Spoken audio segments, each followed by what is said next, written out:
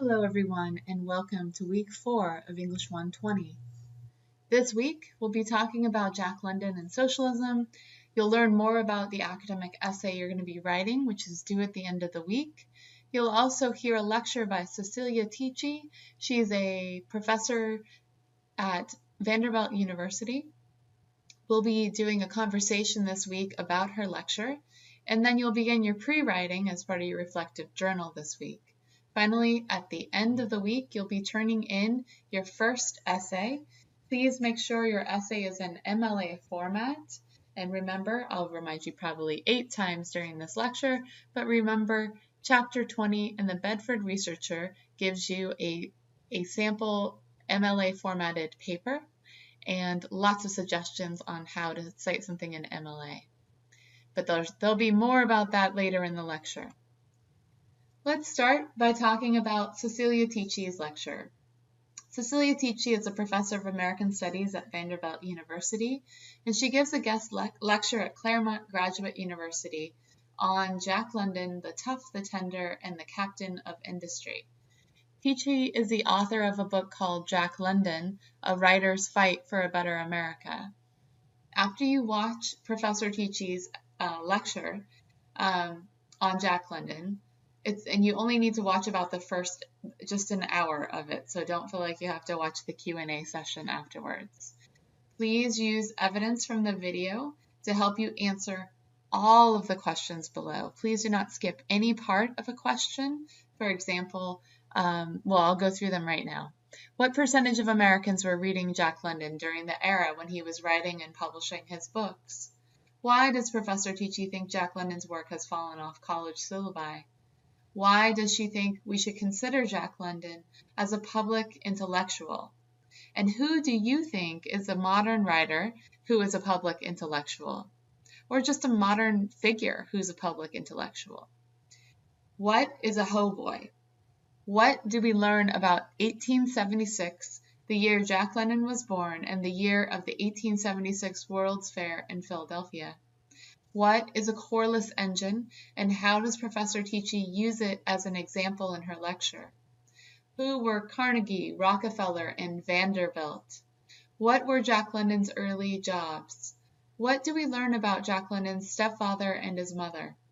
What was the most fascinating thing you learned from this lecture? And the answer is not, I didn't learn anything fascinating, so please try to find something that interests you from this lecture. Finally, how can you apply what you learned in this lecture to what you're writing about in your essay that's due at the end of this week? As always, please make sure you post your own personal post with evidence from the video by 11:59 p.m. on Friday night. Then you'll need to respond to at least 3 of your peers' posts by Tuesday at 11:59 p.m. Please make sure when you respond to your peers, you take the conversation further. Don't just say, yeah, good one. Try to go off and explain why you agree with them or disagree. Connect what you're saying to their saying. Take it, if for example, someone is saying that they think that Beyonce is a public intellectual, after her release of her video on Saturday, you see her as somebody who is acting as a public intellectual. Have a discussion about that with your peers. Use this forum as a place to think critically about what's being presented to you. And now everyone can't use Beyonce as their public intellectual. I do have to say, in my face-to-face class, we did watch the formation video and critically analyzed it. All right, so if you'd like to do that, you're more than welcome to. For this week, we're going to be turning in our first essay. No surprise, I warned you about this last week so you could prepare and give yourself some time. You will be writing about 2 short stories by Jack London, including To Build a Fire, 1908, that version, make sure you use that version, and Love of Life. And make sure you don't use Law of Life, it's Love of Life. The 2 stories we were working on last week. Please make sure you read the prompt carefully. Complete the pre-writing exercises. These will be part of your research journal, your journal this week. draft your paper and then edit your paper. Make sure that you've done proofreading for spelling and grammar. Make sure that your paper's in MLA format. Remember, see Chapter 20 of the Bedford Researcher. The prompt is, write an essay where you compare how each man battles for his survival in his natural environment. What causes one man to survive versus the other? What do you believe was Jack London's main point about nature in writing these stories? Use evidence from the text and from any other text you've read so far in this class to support your answer. Your paper should be 3 to 4 pages long and should include an introduction, several body paragraphs, and a conclusion. And because you're writing an MLA formatted paper, you should include a works cited page. The works cited page does not count as part of your page count, so it would be page 5. So before you begin writing, you want to review the assignment to help you understand what you need to accomplish with your writing, and then choose a few pre-writing techniques in order to generate some ideas. One of these that I like to use a lot is called brainstorming, and that's where you use free association to stimulate a chain of ideas, often to personalize a topic or break it down. Do this alone or with a group of friends. Another way that I really like to use is called free writing, and that's a way to tap into your unconscious by writing continuously without lifting your pen or pencil from the page for a specific amount of time. I like to do this for at least 10 minutes, and I expect if you do this as one of the techniques you're trying out, along with brainstorming, you should generate about a page worth of writing in about 10 minutes. It's just like doing a journal prompt. So how do you do it? You write a sentence at the top of the page, maybe one of the questions from the prompt, and then write without stopping for at least 10 minutes. Don't censor yourself. Feel free to let your mind just wander, and if you get stuck, ask yourself questions such as, what interests you about the topic? What do you care most about? What do you know about it that the next person doesn't? What have you read about this topic, observed, or heard about? How might you feel about this topic if you were someone else? Repeat the process, looping back to expand a good idea if you wish. Another way, for those of you who are really visually minded, you might want to try doodling or sketching. What you do is just take a blank piece of paper and try doodling or sketching your way to a paper topic. Begin with a key visual at the center, top of the page, and then add sketches or doodles as they occur to you to embellish, expand, define, or redirect your topic. Another way, if you're visually minded, is to do mapping. So say in the middle of the page, you write down survival, and that's the topic you're going to think about. And then you have two, you branch off from the word survival, 2 bubbles, one that says to build a fire and the other one that says love of life. And to build a fire, you're thinking about how the weather affected the survival, so you make a little bubble there. You're thinking about how a man's mindset affected his survival, so you make a little bubble for that. We're over on the love of life side, you're thinking about the weather and how it affected him. You're thinking about how his mindset affected him. Maybe you want to add in starvation as a possible, as hunger as something that they both face. It's a way to find your subtopics and then start looking, really brainstorming off of those. What are the aspects of whether you really want to talk about in order to compare these 2 stories? Another way to generate material for your paper is to ask reporters questions. Like you can ask, who, what, where, when, why, or how. The example I have is about J.F. Kennedy's assassination. So you could ask, who was John F. Kennedy? What kind of president was he? Who was with him when he was killed, right? What happened to Kennedy? What events led up to his assassination? What happened during it? What did the media do? Where was Kennedy assassinated? City, street, vehicle. Where was he going? Where did the shots likely come from? Where did they hit him? Where did he die? So just keep going like this, and you can associate this the same way on each story, right? Who was the man in To Build a Fire? What happened to the man in To Build a Fire? Where was To Build a Fire set? When did it take place? Why was the man traveling alone in To Build a Fire? Right? Do you see how I'm going through these? You can do this as well. And you can do the same thing with the other short story as well, Love of Life. So for your reflection journal this week, it's pretty easy. What I'd like you to do is to try out at least 2 pre-writing techniques. You'll need to post this information as part of your journal. You can either type it directly in, or if you are doodling or something like that, you can upload a document as part of your post in your journal. Please do include, I'd like everyone to at least try free writing as one of their pre-writing techniques, and then you can try any of the other ones as your second one. So you'll begin with your post will be a pre-writing technique called free writing, and you'll do that in the actual journal. And then you can upload, if you chose to do a second pre-writing of doodling or mind mapping or brainstorming, that's totally fine. Those are due on next Tuesday, but obviously since your paper is also due next Tuesday, I encourage you to do these as soon as possible. Just begin working on this first thing, and if you post your pre-writing early and you have some questions, feel free to send me an email and I'm happy to take a look and help you work on your essay. Also, please don't forget that I do have office hours on Wednesday mornings from 9:30 to 11. I'm also usually available in the afternoon on Wednesdays, and I'm on campus on Monday and Tuesday for office hours as well. If you need to talk to me at another time, you can also make an appointment by sending me an email. So let's talk about what naturalism is in American literature.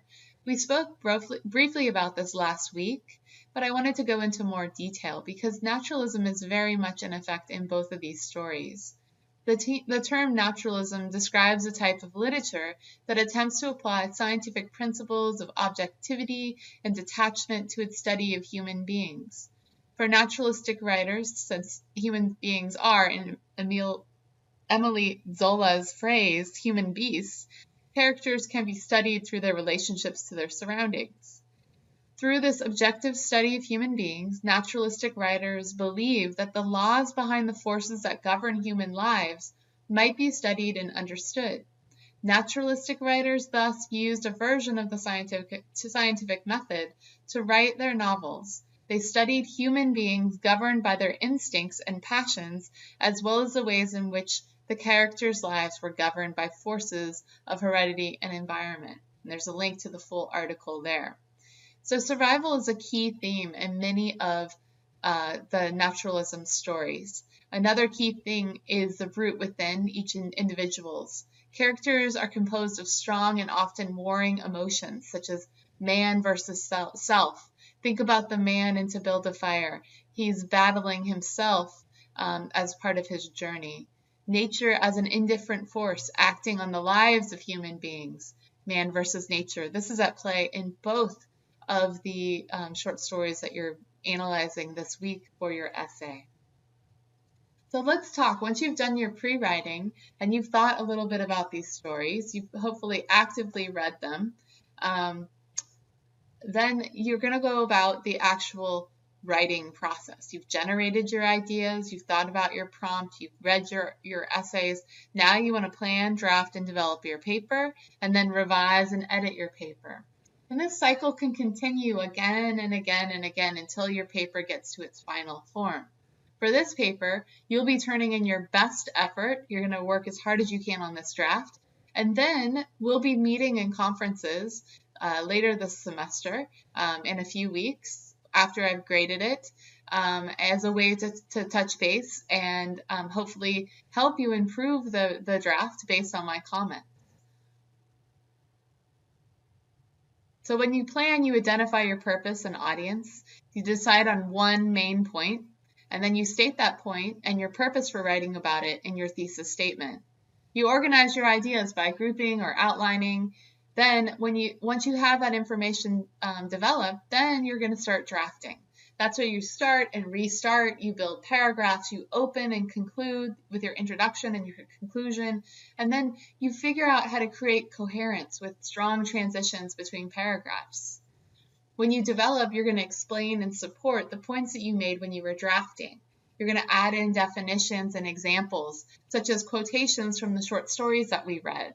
Then you're going to supply that as evidence in order to support the points that you're making. So once you've generated ideas, it's time to discover material. To shape and support your ideas, you'll need evidence. So you'll go back through the short stories that you read and find quotations to support the thesis that you've come up with, the ideas that you've come up with. You can also find evidence from your own personal experiences. Maybe you've gone backpacking before. You know what it's like to live on the edge of, away from the human experience and really having to rely on yourself. Once you have that information in front of you, then you want to begin thinking about your thesis statement.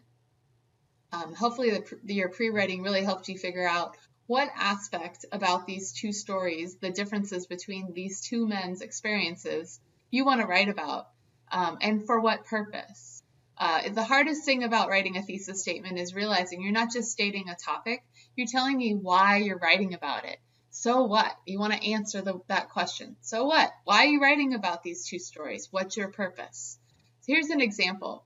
One way to write a thesis statement is to say, parking in the morning before class is annoying. So the problem with this is it's just an opinion. It's just someone's opinion about parking. Yes, parking's tough, but why would I want to read a paper about somebody's opinion or their complaint about it, right? What am I going to gain from reading that as a reader? You could make this into campus parking is a big problem, but it's just a topic. It's just saying this is a problem. It's not really telling us what you're going to do in the paper. If you revise it and say parking on campus is a problem for students because of the long lines, inefficient entrances, and poorly marked spaces, we begin to understand who you're writing for, right? You're stating what's happening to students. It's parking on campus is difficult for students and the reasons why. And no doubt, there's no doubt that you'll go into these topics when you explain them in your paper. So a thesis is the main point of your essay and your slant or your purpose, the reason why you're writing about this topic. If you don't discover a solid thesis while you're planning, don't worry. You'll have more time to perfect your thesis while you develop your draft. But know the thesis is the most important sentence that you're going to write in this entire essay. After you have a thesis statement, then you want to start drafting. You have this idea of the subtopics. You figure out your thesis and you have an idea of what are the different topics you might want to talk about in regards to comparing these two stories. How are you going to prove your thesis? Once you have that, then you want to start drafting. Drafting is where the magic of writing can happen. And don't get discouraged if while you're drafting, your writing isn't perfect. It isn't meant to be. But know that if you're writing and just kind of letting it out on the page, you will have to go back and edit and revise. That's the idea, is to write it down and then come back to it and develop it. So that's when you weave in the explanations, the definitions, the examples, the quotations from the two stories to support the points that you're making. Here's what your paper should be structured as. Your introduction should introduce the topic. A really good idea is to begin with a hook. A hook is the beginning part of your introduction where you ask a question or you begin with a quotation that's relevant to the topic you're talking about, or you tell a little story. It's a way to draw the reader in. Also, please make sure you introduce the topic. Who is Jack London? What are the two stories that you're going to be writing about? Okay, introduce that to the reader. Then you want to introduce your thesis, which of course will have the topic and your purpose. Why are you going to be comparing these two stories? Your body paragraphs is where you're going to develop the subtopics to prove your thesis. Each body paragraph should clearly cover a subtopic and relate the subtopic back to your thesis. Each subtopic is supported with ample evidence, which means quotations from the short stories that we're reading. Please know that when you're comparing two short stories, there's two real organizational patterns. The first one is you can simply choose three subtopics, such as survival. You could look at weather, you could look at food, and you could look at state of mind. And the first paragraph, you could look at weather first in To Build a Fire in 1908, and then in Love of Life. and you would use quotations from both stories to support the points you're making and compare the experience of one man to the next man. And then you'll relate it at the end of that paragraph back to your thesis statement. Then you'll go on to another subtopic, and you'll do the same. You'll talk about one topic between the two stories, and then a third topic, and you'll do one topic between both the stories. Another way is to just talk about all the subtopics in regards to one story in one paragraph, and all the subtopics in regards to another story in another paragraph, and then write a third paragraph where you compare and contrast the information that you've gathered between these two stories. In the end, you'll need to write a conclusion. This is where you're going to show us how you proved your thesis. What has the reader gained by reading your paper? How does your paper relate to a larger purpose? There are some excellent techniques on how to close your conclusion in the chapter on drafting in the Bedford Researcher. These can be found in the chapter, finding the page for you. In chapter 14, beginning on, there's a great list of techniques for your introduction. There's a great information about how to develop an introduction is found on page 249. And then the strategies for an introduction, including stating your topic, establishing the context, stating your thesis, and then how to begin, like by defining a problem or by making a surprising statement or asking a question. This is what I was talking about before. That's found on pages 251 to 253. There's also some excellent strategies for your conclusion. That's found on pages 254 to 256. A really great way to develop a powerful paper is to create a link between your introduction and your conclusion. So if your introduction began with a quotation, then end with a related quotation at the end of your conclusion. Or if your introduction uses story, then extend that story or retell it with a different ending in the conclusion. So those are some possible strategies, but chapter 14 on drafting in the Bedford Researcher is a really, really great example. Don't forget that you're also going to be writing this in MLA format. That means you'll need to make sure you have a works cited page. There's an example works cited page on page 367. I've also provided a link to an MLA formatted paper available on OWL. And there's a link right there of a PDF, so go ahead and check that out.